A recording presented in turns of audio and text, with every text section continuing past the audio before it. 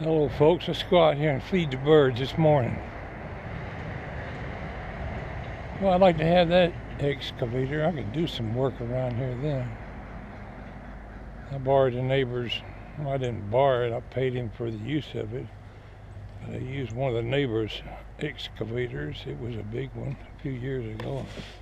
Did a lot of work around here.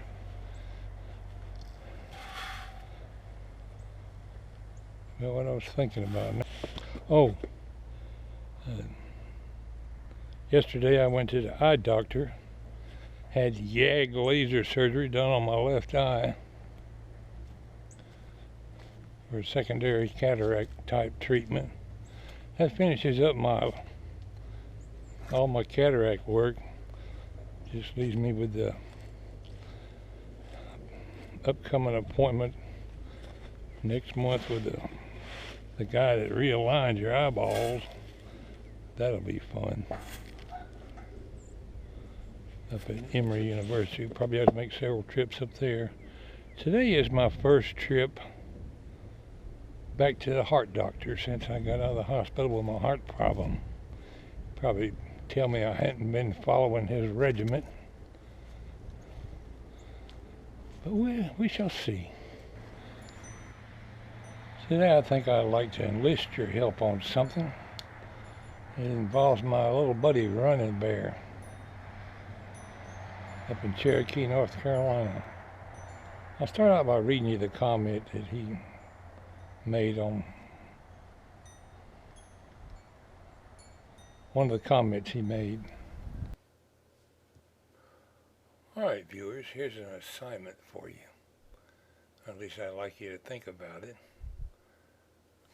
Sometime back I mentioned that Running Bear had wrote me a comment and I was going to get around to it, and somehow I just didn't get it done, and I'm going to do it today.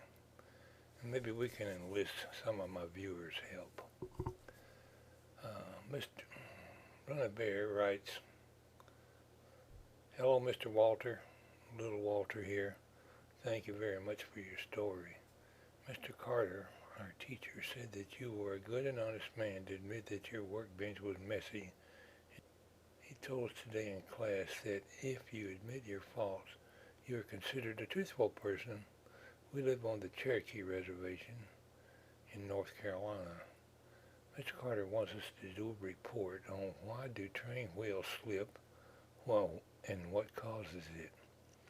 Mr. Carter, our teacher, would like you to make a video on the subject, if you would, so we could learn why train wheels slip.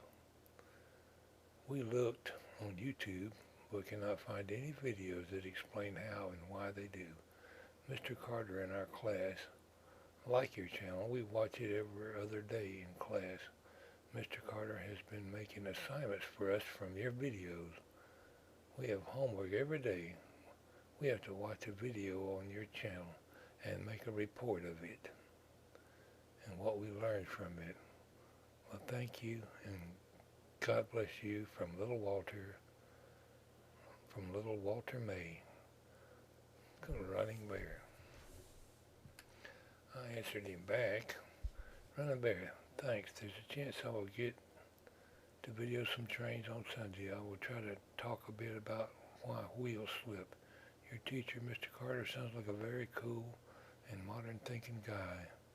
He is definitely keeping up with the times, and I'm very impressed your class chooses to study some of my stuff. So many teachers are stuck in the dark ages. I am pleased with myself that I tend to accept the electronic age much more than other people my age, and I envy kids your age. You will get to be here for so much in the future that I can't even imagine now." But I'd like to take this opportunity to express my gratitude to Mr. Carter for looking at my page. Let's talk about the wheel slip thing. How many of you people out there can produce an answer and put it on here where Mr. Carter can see it, or add it to my comments, or send me an email and I'll forward it on? or add it in one of my daily vlogs. That would be the best way. I know when you get to figuring why wheels slip, you got to figure the weight of the locomotive, uh, weight torque ratio and weight ratio. That can get downright complicated. But maybe somebody could simplify it for us. What do you think, viewers? Can we enlist some of your help on wheel slip? I think that's so great that some school teacher somewhere would take the time to, or would single me out for an example. Maybe they